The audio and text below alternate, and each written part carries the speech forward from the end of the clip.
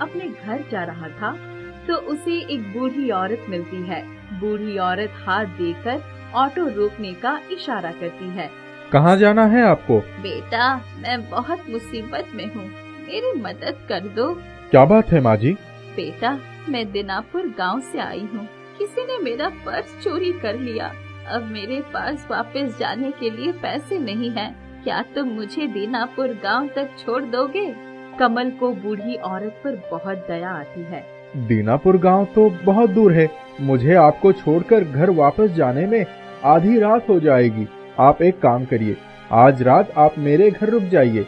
मेरे घर पर मेरी पत्नी और मेरी बेटी है। लेकिन बेटा, मैं वहाँ। आप चिंता मत कीजिए माँ जी, आप मेरी माँ जैसे हैं। मैं कल सुबह दीनापुर गांव में आपको छोड़कर आ जाऊंगा। पर बेटा। अरे माँ जी, मैं आपके बेटे जैसा ही हूँ, आप घबराइए मत। ठीक है बेटा। कमल बूढ़ी औरत को घर ले आता है। घर पर उसकी पत्नी और बेटी बूढ़ी औरत से मिलकर बहुत खुश होते हैं। कमल की पत्नी बूढ़ी औरत की बहुत सेवा करती है। अगले दिन कमल बूढ़ी औरत को छोड़ने दीनापुर गांव जाता है। लीजिए माँ जी, आपका घर आ गया। बहुत बहुत शुक्रिया बेटा, तुम बहुत नेक हो। आओ अंदर चलो। नहीं माँ जी, मुझे वापस जाने में देर हो जाएगी, मैं चलता हूँ। रुको, अपने पैसे तो लेते जाओ। अरे माँ जी, कैसी बातें करती हैं आप? माँ से कोई पैसे लेता है क्या? आप रहने दीजिए। बेटा, तुमने मेरी इतनी मदद की है, मैं तुम्हें ऐसे नहीं जाने दूंगी। तुम मेरे साथ आओ। कमल बूढ़ी औरत के साथ जाता है। बूढ़ी औरत उसे अपने घर के पीछे बने एक बाड़े में ले जाती है। वहाँ एक ऑटो रिक्शा खड़ा होता है। बेटा, ये ऑटो रिक्शा मेरी तरफ से तुम्हारे लिए छोटी सी भेंट है। लेकिन माँ जी, मेरे पास तो ऑटो रिक्शा है, तो मैं एक और ऑटो रिक्शा लेकर क्या करूँगा? बेटा, इसे एक माँ का आशीर्वाद समझकर रख लो। ये कोई मामूली ऑटो रिक्शा नहीं है। मामूली नहीं है मतलब? अरे, तुम इसे लेकर जाओगे तो सब जान जाओगे। पर मैं अपने ऑटो रिक्शा का क्या करूँगा? उसे यही छोड़ जाओ। कमल बूढ़ी औरत के कहे अनुसार अपने ऑटो रिक्शा वही छोड़ उनका दिया ऑटो रिक्शा लेके वापस घर की ओर चल पड़ता है। पता नहीं ऐसा क्या खास बात है इस ऑटो रिक्शा में जो माँ जी कह रही थी ये कोई मामूली ऑटो रिक्शा नहीं है। लगता है कोई खजाना छुपा हुआ है इस ऑटो रिक्शा में। ओहो, आज गर्मी बहुत है, कितनी तेज धूप है। काश इस ऑटो रिक्शा में ठंडी ठंडी हवा के लिए एसी होता। तभी कमल को अपने ऊपर ठंडी ठंडी हवा महसूस होती है। वो ऊपर देखता है तो ऊपर एसी लगा होता है। अरे, ये एसी कहाँ से आ गया? पहले तो नहीं था। कहीं इस ऑटो रिक्शा में कोई जादू तो नहीं है? काश ठंडी ठंडी लस्सी मिल जाती। तभी कमल को अपने आंखों पर विश्वास नहीं होता, क्योंकि पीछे की सीट पर एक बड़ा गिलास लस्सी का रखा होता है। कमल ऑटो रिक्शा को सड़क के किनारे रोकता है और ठंडी ठंडी लस्सी पीता है। अरे वाह, गर्मी में ठंडी ठंडी लस्सी पीकर तो मजा आ गया। अब समझ आया माँ जी ने क्यों कहा था कि ये कोई मामूली ऑटो रिक्शा नहीं है। ये एक जादुई ऑटो रिक्शा है जिससे मैं जो मांगूंगा वो मिल जाएगा। कमल ये बात अपनी पत्नी को बताने जल्दी जल्दी अपने घर पहुँचता है। अरे भाग्यवान, सुनती हो, हमारी तो लॉटरी लग गई। ऐसा क्या हो गया जी? जानती हो, वो जो माँ जी थी जो हमारे यहाँ कल रुकी थी, उन्होंने मुझे क्या उपहार दिया है। क्या दिया है जी? बाहर आओ, दिखाता हूँ। कमल की पत्नी बाहर आती है तो बाहर एक नया ऑटो रिक्शा खड़ा दिखती है। क्या जी, ये क्या उपहार है? ऑटो रिक्शा तो हमारे पास ही था, फिर ये नया ऑटो रिक्शा की क्या जरूरत थी? देनी थी तो एक कार दे देती। अरे भाग्यवान, यही बात इसी ऑटो रिक्शा के अंदर बैठकर बोलो। क्यों जी, अंदर बैठकर बोलने से ऑटो रिक्शा कार में बदल जाएगा क्या? अरे बैठकर बोलो तो सही। काश हमारे पास एक बड़ी सी कार होती। तभी उसके आश्चर्य का ठिकाना नहीं रहा जब उसने वहाँ एक लंबी चमचमाती कार देखी। ये तो चमत्कार हो गया जी, मैंने कार मांगी तो हमें कार मिल गई। अरे क्योंकि ये ऑटो रिक्शा जादुई है, इसमें बैठकर तुम जो भी मांगोगी वो तुम्हें मिल जाएगा। क्या जादुई ऑटो रिक्शा? फिर तो मैं इसे बहुत सारे सोने के गहने और नए नए कपड़े मांगूंगी। कमल की पत्नी ऑटो रिक्शा से बहुत से सोने के जेवर और कपड़े मांगती है।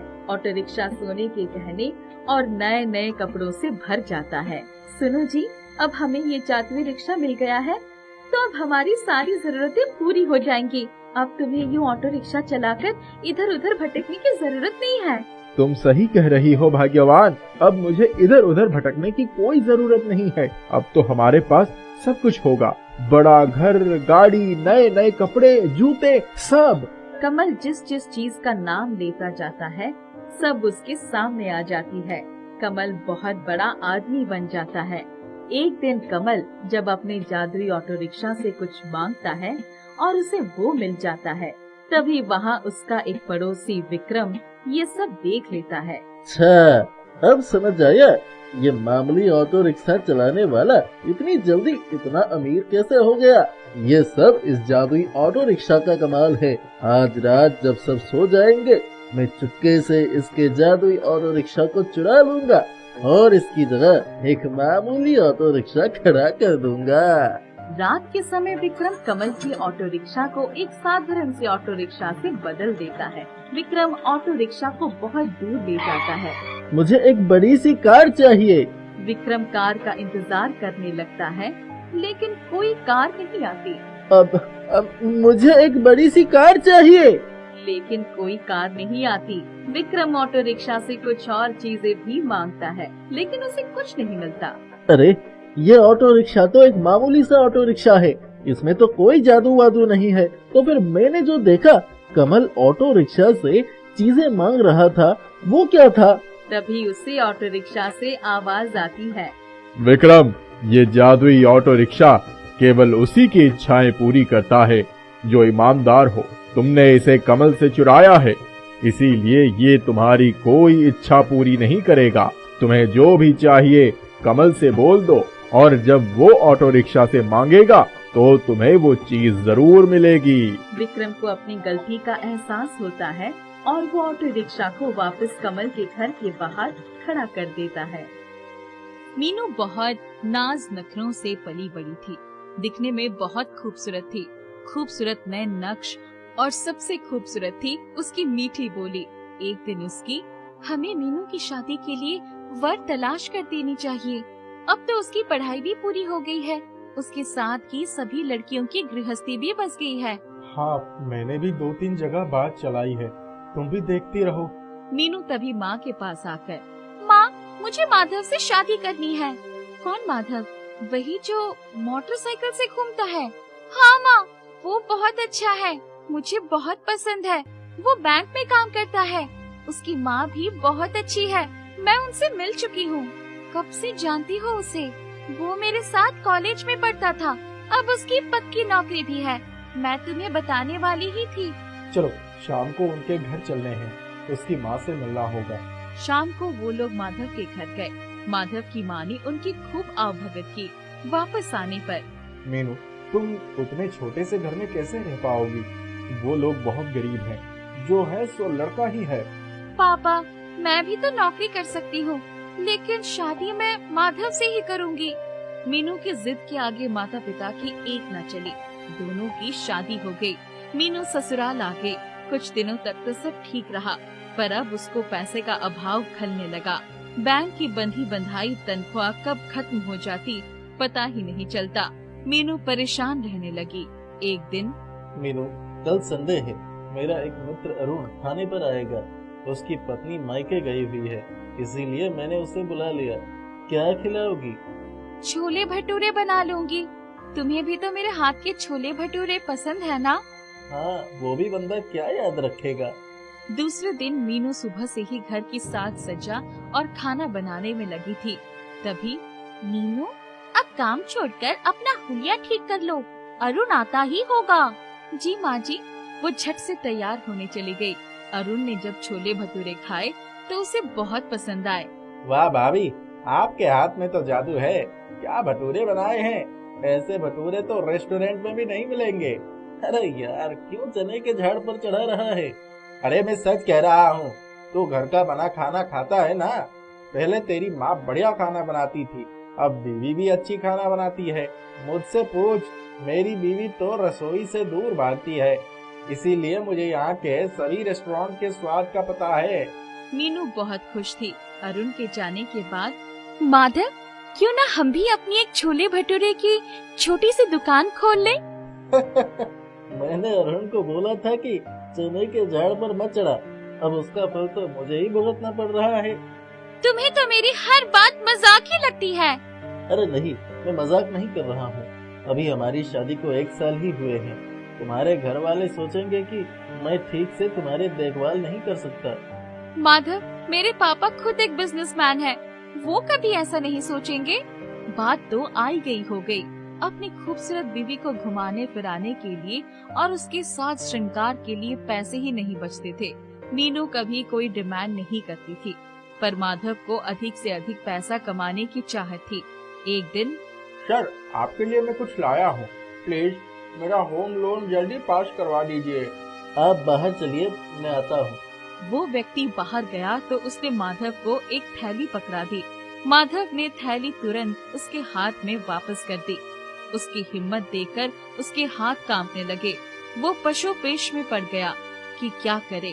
जब घर पहुंचा तो, क्या बात है, बहुत परेशान लग रहे हो? कुछ नहीं, बैंक की टेंशन है। दूसरे ही दिन वो जैसे ही बैंक पहुंचा, उसके बॉस ने उसे बुलाया। मिस्टर माधव, ये लीजिए अपना सस्पेंशन ऑर्डर, और जब तक इंक्वायरी होगी आप वो बैंक आने की जरूरत नहीं है। क्लाइंट ने आपके खिलाफ शिकायत दर्ज की है। सर, वो तो खुद ही मुझे बुलाकर ले गया था, मुझे फंसाया गया है। बॉस ने उसकी एक न सुनी, उसके तो होश उड़ गए। क्या मुंह दिखाऊंगा घर वालों को और रिश्तेदारों को। वो घर आकर चुपचाप लेट गया। आज इतने जल्दी कैसे आ गए? मीनू, तुम कह रही थी ना कि हम अपनी एक दुकान खोल लेते हैं, वो समय आ गया है। चलो मेरे साथ चलो। पर हमारे पास इतने पैसे कहाँ से आएंगे? पहले हम किराए पर जगह लेंगे, फिर अपनी दुकान खोलेंगे। मैं तुम्हें कब से कह रही थी, पहले चलकर मम्मी पापा से बात कर ले। नहीं, उसकी जरूरत नहीं है। दोनों ने किराए की जगह पक्की कर ली। कुछ ही दिनों में उन्होंने अपना एक छोटी सी दुकान खोल लिया। मीनू तो छोले भटूरे बनाने में पहले से ही बहुत एक्सपर्ट थी। माँ भी उसके साथ पूरा समय देती। उनकी दुकान अच्छी चल निकली। उनकी खूब कमाई होने लगी। धीरे धीरे 1 साल हो गए। एक दिन, आज मेरी तबीयत कुछ ठीक नहीं है, चक्कर आ रहे हैं। चलो डॉक्टर के पास चलते हैं। मुबारक हो, आप माँ बनने वाली हैं। मीनू, अब दुकान का काम कैसे होगा? अरे अभी कौन सा बच्चा पैदा हो जाएगा, अभी उसके आने में 7-8 महीने का समय है। तब तक हम खाना बनाने के लिए कारीगर रख लेते हैं। मैं अपनी देखरेख में उनसे छोले भटूरे बनवाऊंगी। हाँ, ये ठीक रहेगा। उन्होंने 2 कारीगर भी रख लिया। उनके छोले भटूरे की चर्चा हर जगह होने लगी। एक दिन इस दुकान का मालिक, भाई, आप लोग तो अच्छा खासा पैसा कमा रहे हैं, किराया दुगना कर दीजिए। अरे भाई, इतनी कमाई नहीं होती, इतना किराया कहाँ से दे पाएंगे हम। आप लोग ये जगह छोड़ दीजिए। माधव और मीनू बहुत परेशान हो गए। माधव, तुम चिंता मत करो, हम जहाँ भी दुकान खोलेंगे वहीं चल निकलेगी। तुम मेरे गहने गिरवी रखकर अपनी खुद की दुकान के लिए जगह देख लो। नहीं नहीं मीनू, तुम्हारे माता पिता को पता चलेगा तो उनकी नजरों से मैं गिर जाऊंगा। मैं उनको बताने थोड़ी जा रही हूँ, अपने पास कुछ बचत भी तो है। जब हमारी कमाई होने लगेगी तो सबसे पहले गहने ही छुड़वाएंगे। माधव ने उसके कुछ गहने रखकर बाकी गहने गिरवी रख दिए और घर के नजदीक ही एक दुकान खरीद ली। कुछ ही दिनों में उनकी दुकान पर खूब भीड़ होने लगी, खूब आमदनी होने लगा। तभी एक दिन बैंक से फोन आया। माधव, आपकी इंक्वायरी में आप निर्दोष साबित हुए हैं। आपकी नौकरी फिर से बहाल हो गई है। आपको पिछले 2 सालों का एरियर भी मिलेगा। आप सोमवार से ज्वाइन कर लीजिए। इतना सुनते ही माधव की आंखों में खुशी के आंसू आ गए। हमेशा ईमानदारी की जीत होती है माधव। अब मुझे दुकान पर जाने की हिम्मत नहीं रह गई है। तुम 1-2 आदमी और रख लो। तुम चिंता मत करो, हमारा बच्चा बहुत भाग्यशाली है। देखो ना, अभी वो आया भी नहीं है और मेरी बहाली का संदेश आ गया। मेरे ऊपर लगा दोष भी दूर हो गया। उन्होंने 2 आदमी और रख लिए। माधव दिन भर बैंक में रहता, शाम को दुकान संभालता। उसकी माँ भी दुकान पर ही रहती। मीनू का बेटा होने के बाद उन्होंने बहुत बड़ी दावत रखी। मीनू के सारे गहने भी उसने छुड़ा लिए थे। मीनू सजी धजी बेटे को गोद में लेकर बैठी थी। हमारी बहू बहुत ही समझदार और हिम्मत वाली है। उसकी सूझबूझ से ही आज हम इतने बड़े कारोबार के मालिक हैं। उसने छोले भटूरे बेचकर हमारी गरीबी दूर ही कर दी। मीनू और माधव एक दूसरे को देखकर मुस्कुरा उठे। उनका जीवन खुश